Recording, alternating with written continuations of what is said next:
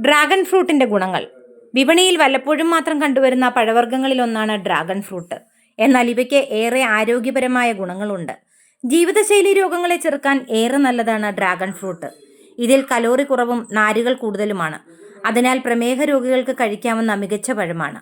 അതുപോലെ തന്നെ BP നിയന്ത്രണത്തിനും cholesterol കുറയ്ക്കാനും രോഗപ്രതിരോധ ശേഷി വർദ്ധിപ്പിക്കാനും ഡ്രാഗൺ ഫ്രൂട്ട് ഉത്തമമാണ്.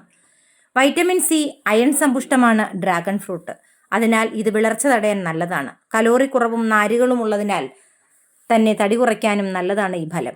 പോളിഫിനോളുകൾ അടങ്ങിയ ഈ പഴം ക്യാൻസർ പോലുള്ള രോഗങ്ങൾ തടയാനും ഏറെ ഗുണകരമാണ്. ഇത് പ്രീബയോട്ടിക് ആണ്, കുടലിലെ ആരോഗ്യകരമായ ബാക്ടീരിയകൾക്ക് ഭക്ഷണമാകുന്ന ഒന്ന്.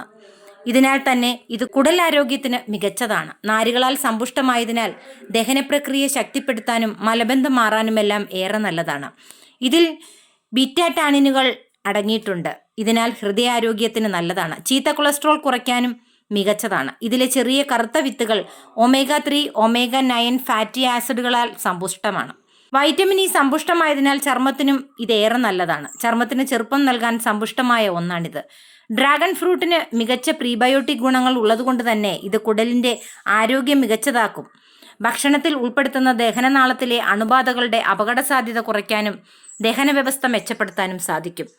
ശരീരത്തിൽ ഇരുമ്പിന്റെ അളവ് കുറവാണെങ്കിൽ ദൈനംദിന ഭക്ഷണത്തിൽ ഡ്രാഗൺ ഫ്രൂട്ട് ഉൾപ്പെടുത്തിക്കൊണ്ട് ഈ പ്രശ്നത്തെ നേരിടാം.